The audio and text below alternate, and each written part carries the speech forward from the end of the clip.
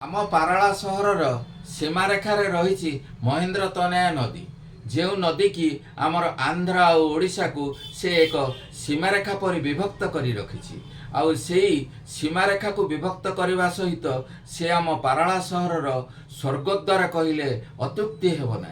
कारण आमर जेते सबू भाई बंधु कुटुंब समस्ते ସେଇଠାରେ ନେଇ ଆମେ ସେମାନଙ୍କୁ ଦାହ କରୁ।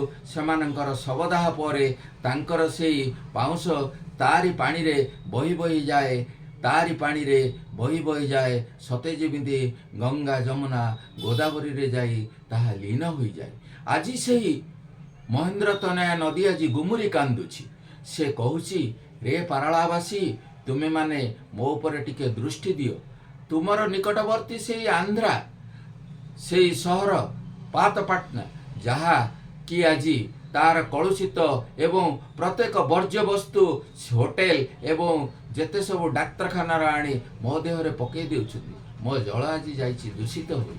आउ तुम पाराला सहरर एमिति अनेक होटेल मालिक माने सेमाने भी पकई देउछथि। मो जल आज जाइछि दूषित होई।